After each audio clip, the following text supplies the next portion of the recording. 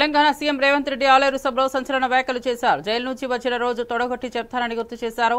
నన్ను జైల్లో పెట్టిన వారిని గద్దెదించడమే లక్ష్యమే పనిచేశారన్నారు. ఆ కుర్చీలో కూర్చుని ప్రజల కోరికలు నెరవేర్చేందుకు సిద్దమయ్యానన్నారు. ఆలేరు నియోజకవర్గంలో 1500 కోట్ల అభివృద్ధి పనులకు శంకుస్థాపన చేసిన సీఎం బీఆర్ఎస్ అంటే దెయ్యాలు రాజ్య సమితి అని సెటైర్లు వేశారు.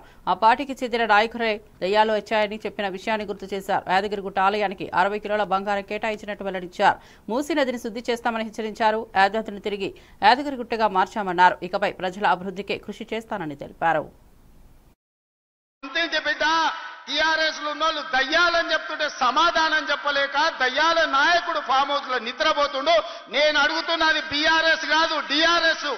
డిఆర్ఎస్ అంటే దయ్యాల రాజ్య సమితి. అది ఇయాల అది భారత రాష్ట్ర సమితి కాదు, అది దయ్యాల రాజ్య సమితి. అందుకే ఇవాళ ఈ వేదిక మీద నుంచి తెలంగాణ ప్రజలకు నేను మాట ఇస్తున్నా, అవి దయ్యాలు కాదు, కొరివి దయ్యాలను వాళ్ళని పొలిమేర్లు దాటే వరకు తరిమి కొట్టే బాధ్యత 4 కోట్ల తెలంగాణ ప్రజల తరఫున మీ సోదరుడిగా నేను ఆ బాధ్యత తీసుకుంటా. ఖచ్చితంగా ఈ కొరివి దయ్యాలను పొలిమేర్లు దాటే వరకు తరిమి కొట్టాలి.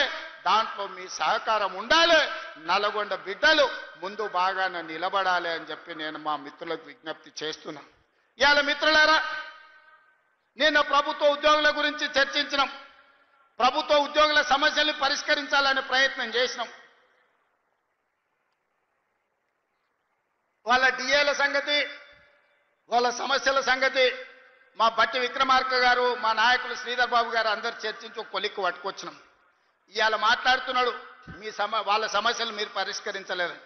వాళ్ళందరేమో హర్షం వ్యక్తం చేసింది. ఈ ప్రభుత్వ ఉద్యోగులను కుటుంబ సభ్యులుగా భావించి మా సమస్యలను పరిష్కారానికి ముందుకు వచ్చిండ్రు. మనస్ఫూర్తిగా ధన్యవాదాలు తెలియజేస్తున్నామని. సరే, ఆరోపణలు ప్రత్యారోపణలు పక్కన పెట్టండి. నేను ఇవాళ వేదిక మీద నుంచి 5 లక్షల తెలంగాణ ప్రభుత్వ ఉద్యోగులను అడుగుతున్నా.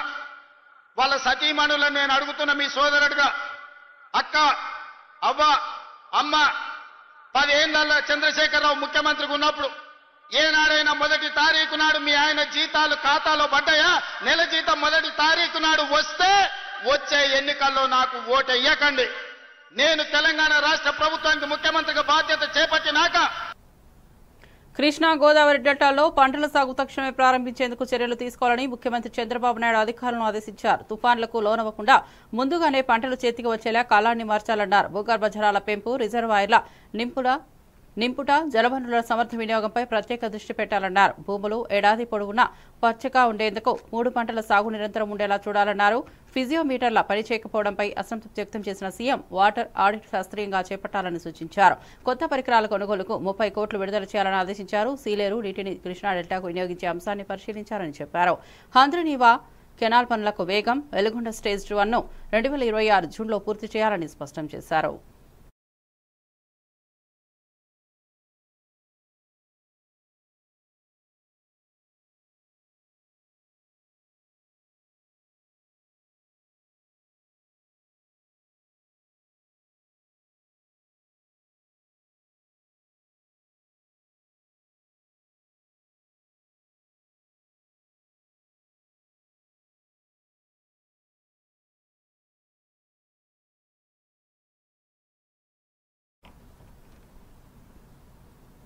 తెలంగాణలో బీజేపీ ఎంపీల కళ్లు తెరవాలని, ఏపీ అక్రమ్ ప్రాజెక్టుపై చర్యలు తీసుకోవాలని మాజీ మంత్రి హరీష్ రావు డిమాండ్ చేశారు. సిద్దిపేట జిల్లా దుబ్బాకలో మీడియా సమావేశంలో మాట్లాడిన ఆయన గోదావరిలో బనకచెర్ల ప్రాజెక్టు నిర్మాణాన్ని తెలంగాణకు అన్యాయంగా ఇచ్చిందని పేర్కొన్నారు. చంద్రబాబు అడుగులకు కేంద్రం మడతలు ఒడుస్తున్నదని ఆరోపించారు. బీజేపీ ఎంపీలు, మంత్రులు మౌనం వహించడం వెనుక ఉన్న కారణాలను ప్రశ్నించారు. పీఆర్సీ, డీఏ పెండింగ్లో ఉద్యోగులను నలిపేస్తున్న కాంగ్రెస్ ప్రభుత్వంపై కూడా విమర్శలు గుప్పించారు. రేవంత్ రెడ్డి అబద్దాల బ్రాండ్ అంబాసిడర్ గా మారారని ఎద్దేవా చేశారు. శ్రీశైలం రైల్ కెనాల్ లైనింగ్ పూర్తయితే రోజుకు 90,000 క్యూసెక్కులు తరలించే అవకాశం ఉందని హెచ్చరించారు. బనకచెర్ల ప్రాజెక్టు వల్ల తెలంగాణ వాటాలో గండిపడే ప్రమాదం ఉందని ఆవేదన వ్యక్తం చేశారు. మనుషులు అడ్వైజర్లతో ఒక సబ్ కమిటీ ఏదో అంటారు చూడు, ఇంత కోడికి మసాలా శాంతాడంతా చేసి మూరడంతా చేసినట్టు చేసింది ఏమున్నదిరా నాయన అంటే ఒక్క డిఏ ఇచ్చారు. భారతదేశంలోనే 5 డిఏలు పెండింగ్ లో ఉన్న ఒకే ఒక్క రాష్ట్రం తెలంగాణ రాష్ట్రం. ఇలా ఒక డిఏ ఇవ్వడానికి 3 కమిటీలేంది, ముచ్చట్లేంది, 5 గంటల కేబినెట్లో చర్చ ఏంది? ఆ ఒక్క డిఏ ఇచ్చుడేంది? పిఆర్సీ ఊసేలేదు. ఉద్యోగస్తులకు మన ఓపీఎస్ సిపిఎస్ అంటే ఓల్డ్ పెన్షన్ స్కీమ్ తెస్తామని చెప్పి హామీ ఇచ్చింది కాంగ్రెస్ ప్రభుత్వం. ఓపీఎస్ గురించి మాట్లాడరు, పిఆర్సీ గురించి ప్రస్తావనే లేదు. ఒక్క డిఏ ఇస్తామని ఇంకా అదేదో పెద్ద గొప్ప పని చేసినట్టు ఇంకా చెప్పుకుంటా ఉన్నారు. ఇంకా రెండో డిఏ వచ్చే ఏప్రిల్ ఇస్తాడు, అప్పటికి ఇంకో 2 వస్తాయి. ఏడాదికి 2 డిఏలు వస్తాయి ఉద్యోగస్తులకు. నువ్వు కొత్తగా ఇచ్చేది ఏంటి? అప్పటి వరకు ఇంకా 2 వస్తాయి, మళ్ళీ 6 అవుతాయి, 5/6 అవుతాయి. అంటే ఇలా ఉద్యోగస్తులను రాచి రంపాన పెడుతున్నారు. ఉద్యోగస్తులను నిట్ట నిలువునా ముంచుతున్నది కాంగ్రెస్ ప్రభుత్వం. మీరు 100 రోజుల్లో పిఆర్సీ అన్నారు, 500 రోజులైంది కదా నీ గవర్నమెంట్ వచ్చి. ఎందుకు పిఆర్సీ గురించి మాట్లాడరు? కేసీఆర్ గారి ప్రభుత్వం 73% పిఆర్సీ ఇచ్చింది. భారతదేశంలో అత్యధిక పిఆర్సీ ఇచ్చింది. అక్రమ మైనింగ్ కేసులో అరెస్ట్ అయిన మాజీ మంత్రి కాకాని గోవర్ధన్ రెడ్డి పోలీసులు కస్టడీలో ఉన్న సంగతి తెలిసిందే. నేడు విచారణ 2వ రోజు కొనసాగుతోంది. విచారణలో పోలీసులు ఆయన 22 ప్రశ్నలతో నిలదీశారని సమాచారం. మైనింగ్ వ్యవహారంలో తన పాత్ర లేదంటూ కాకాని సమాధానం ఇచ్చినట్టు తెలుస్తోంది. ప్రస్తుతం ఆయన 8వ తేదీ సాయంత్రం 5 గంటల వరకు పోలీసు కస్టడీలో ఉండనున్నారు. కీలక వివరాల కోసం అధికారులు అన్ని ఆధారాలు సేకరిస్తున్నారు. విచారణలో మిన్స్ లీజులు, అనుమతుల దుయ్యబాటు అంశాలపై కేంద్రీకరించి అడుగుతున్నారు.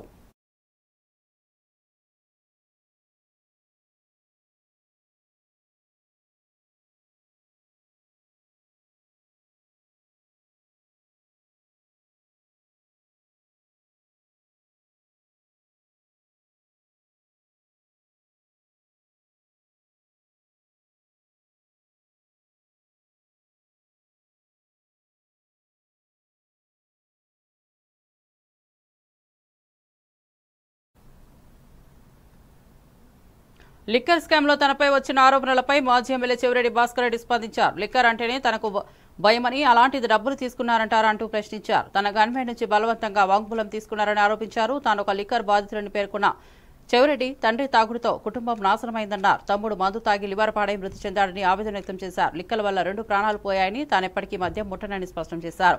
తాను తప్పుడు పనులు చేయనన్న చెవిరెడ్డి టీడీపీ నేతలు దేవుని మర్చిపోవద్దన్నారు. దమ్ముంటే తనను అరెస్ట్ చేయాలంటూ సవాల్ విసిరారు. చిన్నోలను ఇబ్బంది పెట్టొద్దని విజ్ఞప్తి చేశారు. కలుగుతుందంటే ఖచ్చితంగా చేయండి, ఎవరంటే వాళ్ళని చిన్న చిన్న ప్రాణాలను ఇబ్బంది పెట్టొద్దని నిన్న చెప్పాం, ఇప్పుడు కూడా చెప్తున్నాం.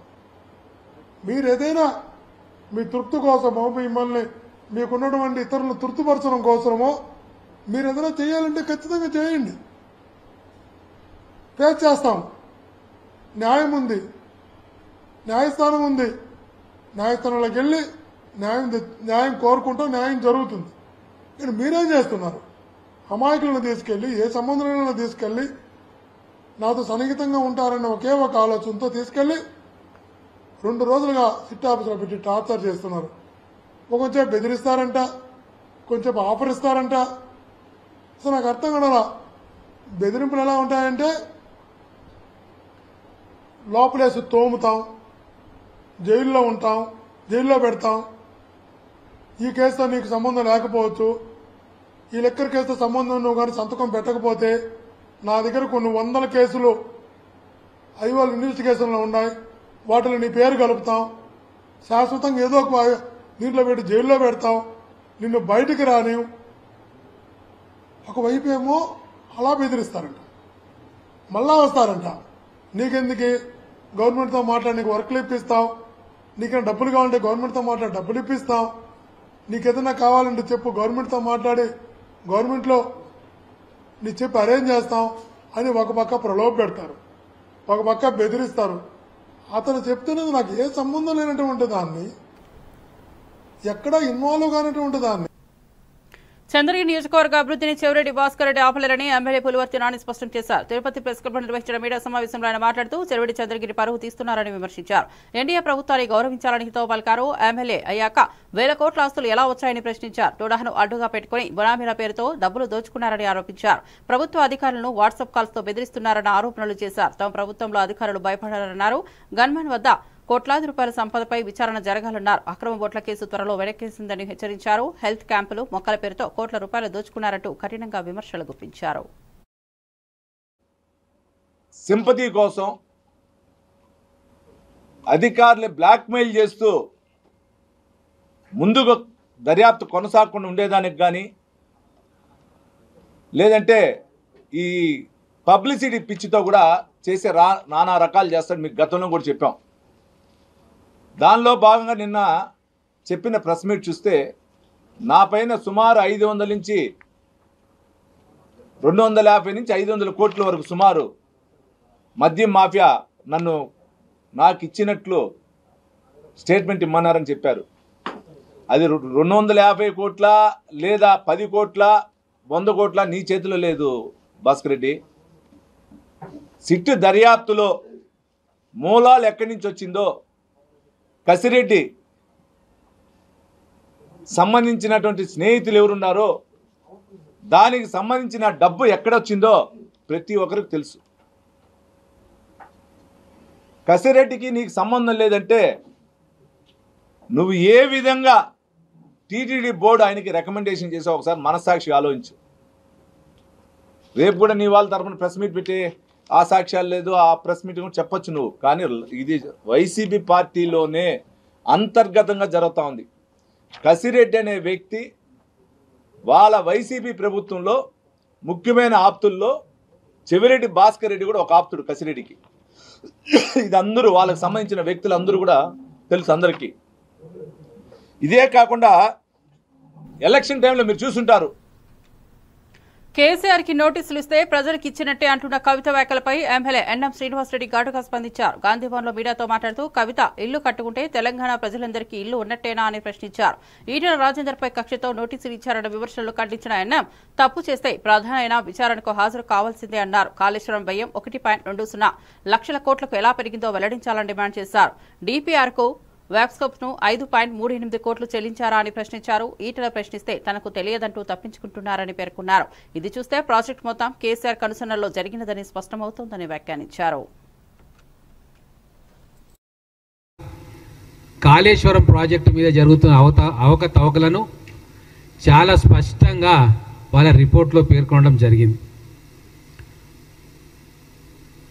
ఆ కంట్రోలర్ అండ్ ఆడిటర్ జనరల్ ఇచ్చిన రిపోర్ట్లో ఫాల్టీ డిజైన్ అండ్ కన్స్ట్రక్షన్ దాని మీద, మ్యాసివ్ ఫైనాన్షియల్ ఇర్రెగ్యులారిటీస్ దాని మీద, తెలంగాణ రాష్ట్రాన్ని అప్పుల ఊబిలో నెట్టేయబడ్డ దాని మీద,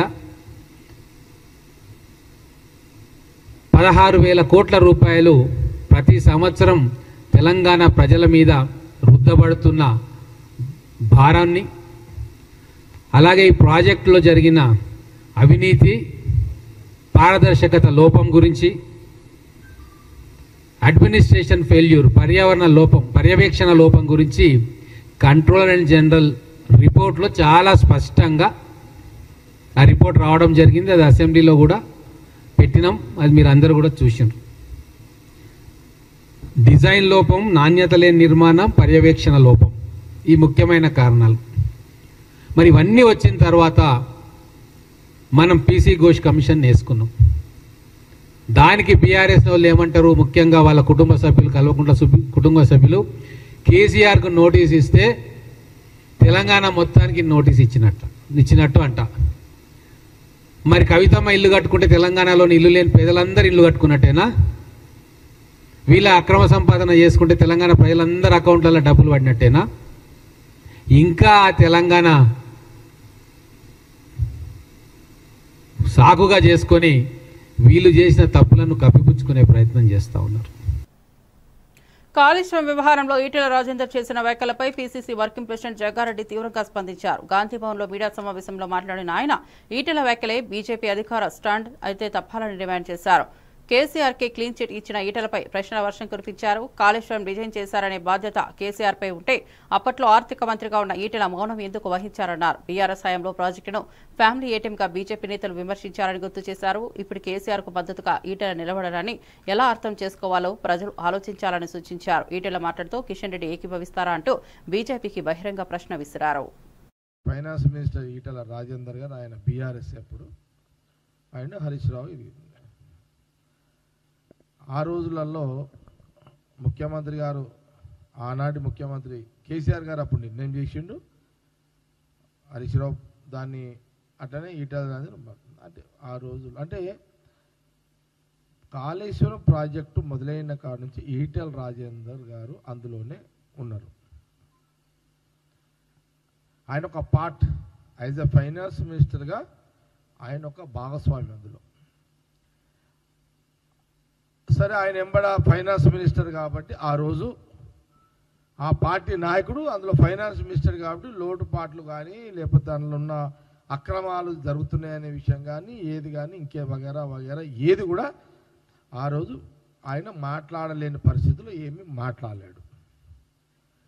ఇది మొదటి, ఇది గమనించాలి. ఈటెల రాజేందర్ గారు ఫస్ట్ ఎపిసోడ్ ఏ రకంగా మౌనమే, ఫస్ట్ ఎపిసోడ్ అంతా ఆయన మౌనంగా ఉన్నాడు. ఆయన బీఆర్ఎస్లో ఉన్నంతసేపు. ఆ 10 ఏళ్ల కాలంలో బీజేపీ ఎంటైర్ ప్రధానమంత్రి గారు కింద కిషన్ రెడ్డి గారు, బండి సంజయ్ గారు మొదలుకుంటే, ఇక్కడ తెలంగాణ గడ్డ మీద బీజేపీ నాయకులు మొదలుకుంటే ఢిల్లీ వరకు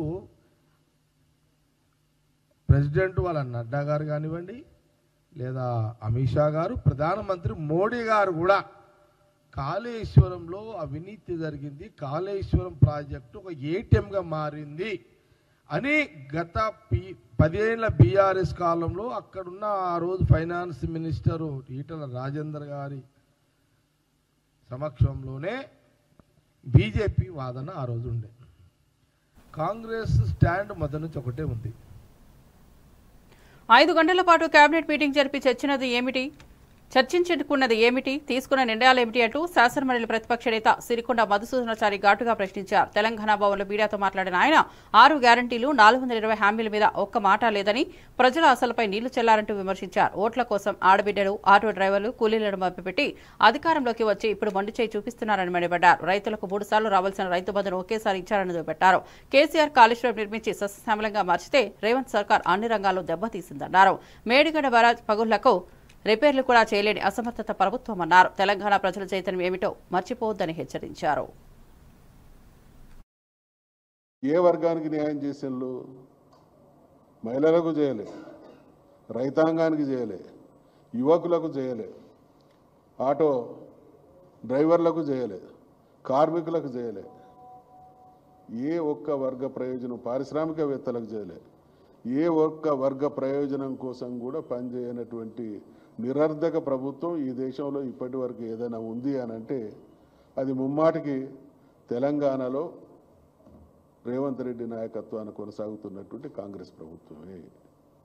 ఇక్కడ వైరుధ్యం ఏంటంటే తెలంగాణ సాధించినప్పుడు అనేక ప్రతికూల పరిస్థితులు ఉన్నప్పటికీ దేశంలో ఏ రాష్ట్రంలో ఏ ప్రభుత్వం అమలు చేయని, సహకారం చేయనటువంటి అద్భుతాలను తెలంగాణలో ఒక కొత్త ప్రభుత్వం, ఒక ఉద్యమ నాయకుడు చేయగలిగితే సుదీర్ఘమైనటువంటి చరిత్ర ఉన్నదని చెప్పుకునేటువంటి పార్టీ, దేశాన్ని పాలించినటువంటి పార్టీ, చక్కటి రాష్ట్రాన్ని చేతిలో పెడితే మళ్ళీ చిందరవందరగా చేస్తున్నటువంటి పరిణామాలు కొనసాగుతూ ఉన్నాయి. నిన్నటి కేబినెట్ మీటింగ్ ద్వారా ప్రజలకు ఆశించినటువంటి, ప్రజలు అనేక రకాలైనటువంటి భావనలతో, నమ్మకంతో ఉంటారు. కేబినెట్ సమావేశం జరుగుతున్నది అనంటే స్టేట్ అటెన్షన్ అంతా కూడా ప్రభుత్వం తీసుకునేటువంటి నిర్ణయాలపైనే ఉంటుంది. ఇవాళ వాళ్ళు ఇచ్చినటువంటి హామీల విషయంలో చాలా ఘోరమైనటువంటి. రాష్ట్ర కేబినెట్లో పీఆర్సీపై ఒక్క మాట లేకపోవడం తగదని ఉద్యోగ సంఘాల మాజీ నేత దేవిప్రసాద్ మండిపడ్డారు. ఉద్యోగుల ఆశలపై నీళ్లు చల్లినట్లు నిర్ణయాలు తీసుకున్న కేబినెట్ ను ఎద్దేవా చేశారు. గుట్టను త్రవి గులకరాయి కూడా తేలేదంటూ ఘాటు వ్యాఖ్యలు చేశారు. సబ్ కమిటీలు, అధికారుల కమిటీలు వేసి చివరికి ఏం సాధించారని ప్రశ్నించారు. పెండింగ్ లో ఉన్న 5 డిఏల్లో 2 మాత్రమే ఇవ్వడం, అందులో ఒకదాని 6 నెలల తర్వాత ఇవ్వాలన్న నిర్ణయం నిరాశపరిచిందన్నారు. ఉద్యోగుల బకాయిలు 11,000 కోట్లు ఉన్నా నెలకు 700 కోట్ల చొప్పున ఇస్తామన్న హామీ హాస్యాస్పదమన్నారు. గతంలో 500 కోట్లు ఇస్తామన్న వాగ్దానాన్ని కూడా తుంచేసిన చరిత్ర ఈ ప్రభుత్వానిదని గుర్తు చేశారు. 3 విడతల్లో బకాయిలను విడుదల చేయాలని, ఉద్యోగ సంఘాలతో చర్చలు జరపాలని డిమాండ్ చేశారు. కేవలం ఒక డిఏ మాత్రమే ఇచ్చి, భారతదేశ చరిత్రలో ఎప్పుడు కూడా డిఏ 6 నెలలాక 6 నెలల తర్వాత ఒక డిఏ ఇస్తామని చెప్పిన ప్రభుత్వాన్ని మేము ఈ 4 దశాబ్దాలుగా చూడలేదు. ఏ ప్రభుత్వం కూడా డిఏల విషయంలో మీరు మేనిఫెస్టోలో చాలా స్పష్టంగా అభయస్థంలో పెట్టిండ్రు. మేము రాగానే 3 డిఏలు వెంటనే చెల్లిస్తామన్నారు. మీరు వచ్చినాక 3 డిఏలు యాడ్ అయినాయి. 6 డిఏలకు ఒక డిఏ ఇచ్చి మిగతా డిఏలు మేము ఒక డిఏ ఇస్తాం ఇక లేదు అనేటువంటి పద్ధతిలో మాట్లాడడం అనేటువంటిది ఇలా ఉద్యోగులకు సంబంధించినటువంటి తీవ్రమైనటువంటి ఆగ్రహాన్ని తెప్పిస్తున్నది అనేటువంటి విషయాన్ని మేము ఈ సందర్భంగా గుర్తు చేస్తూ ఉన్నాం. మీరు కేసీఆర్ గారు 2 సందర్భాల్లో ఒకసారి 43 ఒకసారి 30 73% ఫిట్మెంట్ ఇచ్చి భారతదేశంలోనే తెలంగాణ ఉద్యోగుల్ని వేతనాల్లో అగ్రభాగాన ఉంచితే రేవంత్ రెడ్డి గారు వచ్చిన తర్వాత ఈ 18 నెలల పరిపాలనలో 16% డిఏ ఇవ్వకపోవడం వల్ల ఇవాళ తెలంగాణ ఉద్యోగుల వేతనాలు అన్ని రాష్ట్రాల కంటే కూడా తక్కువగా మారినటువంటి నేపథ్యాన్ని చూసాం. కేసీఆర్ ఉద్యోగులు దాదాపు 12,000 మంది ఉద్యోగులు రిటైర్ అయితే వాళ్ళకు రావాల్సిన 11,000 కోట్ల రూపాయలు రిటైర్ అయిన ఉద్యోగులకు కానీ అట్లాగే ఇప్పుడున్నటువంటి ఉద్యోగుల రకరకాల భత్యాలు ఇవన్నీ కూడా 11,000 కోట్లు ఇవ్వాలంటే మేము నెలకు 700 కోట్లు ఇస్తామని మాట ఇచ్చారు. గతంలో కూడా రోజు 2 కోట్లు ఇస్తామని ఒక్క రూపాయి ఇవ్వలేదు. ఈ 700 కోట్లు కూడా ఇస్తారా లేదా అనేది కూడా ఇవాళ ఉద్యోగులకు అందరికి కూడా అనుమానం మొదలైంది. మీరు చెప్పిన 700 కోట్లు ఇచ్చిన సంవత్సరంన్నర కాలం అవుతుంది రిటైర్ అయిన ఉద్యోగులకు డబ్బులు రావాలంటే. ఇప్పటికే రిటైర్ అయ్యి సంవత్సరంన్నర అయింది. మీ డబ్బులు తీసుకోవాలంటే సంవత్సరంన్నర అవుతుంది. అంటే రిటైర్ అయిన ఉద్యోగులకు జనసేన పార్టీ లైన్ను విస్మరించి మాట్లాడే నాయకులపై కఠినంగా వ్యవహరిస్తామని కేంద్ర కార్యాలయం హెచ్చరించింది. పార్టీ పాలసీ ప్రజా సమస్యల పరిష్కారాలపై స్పష్టమైన దిశలో పనిచేస్తున్నప్పటికీ కొన్ని ప్రాంతాల్లో కొందరు నేతలు స్వేచ్ఛగా వ్యాఖ్యలు చేయడం గమనార్హమైందని పేర్కొంది. పార్టీ లైన్కు వ్యతిరేకంగా మాట్లాడిన వారిపై అనూహ్య పరిణామాలు ఎదురవుతాయని స్పష్టం చేస్తూ అధికారిక నోట్ను విడుదల చేసింది.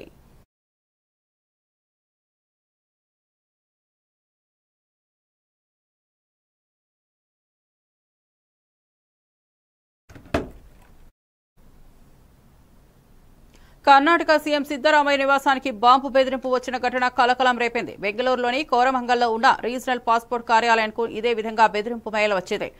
ఆత్మాహుతి బాంబర్లు సీఎం ఇంటి మరియు పాస్పోర్ట్ కార్యాలయాన్ని లక్ష్యంగా చేసుకుని దాడికి సిద్దమవుతున్నారన్న హెచ్చరికలు మెయిల్తో పొందుపరిచినట్టు సమాచారం. శుక్రవారం ఉదయం 11 గంటల సమయంలో ఈ మెయిల్ వచ్చినట్లు పోలీసులు వెల్లడించారు. వెంటనే అప్రమత్తమైన పోలీసులు సీఎం నివాసం మరియు పాస్పోర్ట్ కార్యాలయం పరిసరాల్లో భద్రత కట్టుదిట్టం చేశారు. బాంబ్ స్క్వాడ్, డాగ్ స్క్వాడ్ సహాయంతో విస్తృతంగా తనిఖీలు చేపట్టారు.